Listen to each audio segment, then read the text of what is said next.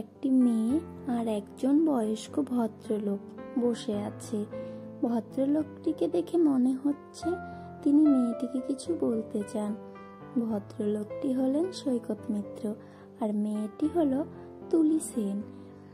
তুলি ভদ্রলোকটির মুখ দেখে বুঝতে পারে যে সে কিছু বলতে চায়।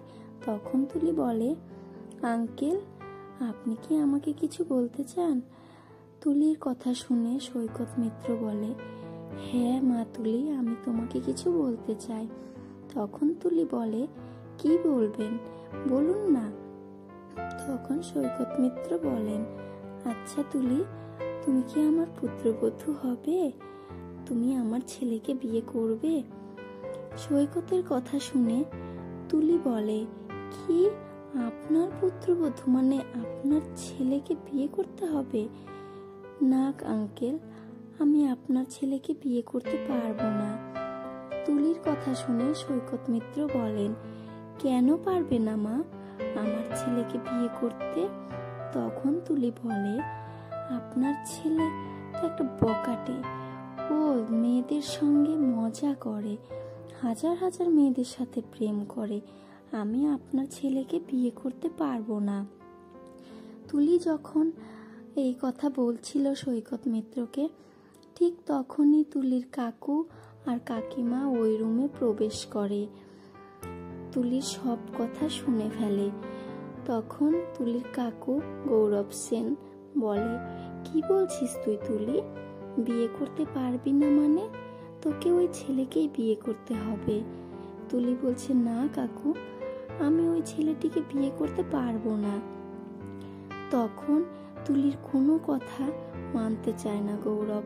গৌরব তখন বলে, সৈকত আমার বন্ধু, ওর ছেলেকেই তোকে বিয়ে করতে হবে, আর আমি সৈকতকে খালি হাতে পাঠাতে পারবো না, তাই আমার কথা তোকে মানতে হবে, আর তোদের আশীর্বাদ আজকেই সেরে ফেলবো, কথাটা যেন মনে থাকে।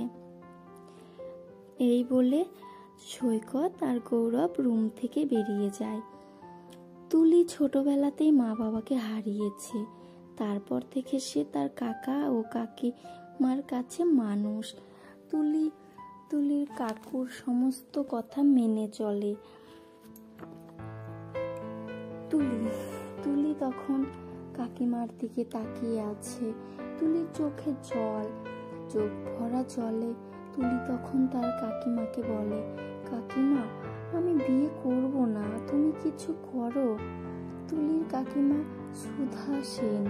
সুধা তখন বলে, আমি কি করব বল মা, তুই তো তোর কাকাকে চিনিস, ও যেটা বলে সেটা করেই ছাড়ে। কাকিমার কথা শুনে তুলি নীরবে চোখের জল ফেলতে থাকে। এদিকে সৈকত তার ছেলে কৃষকে ফোন করে তার ছেলেকে গৌরব আঙ্কেলের বাড়িতে আসতে বলে।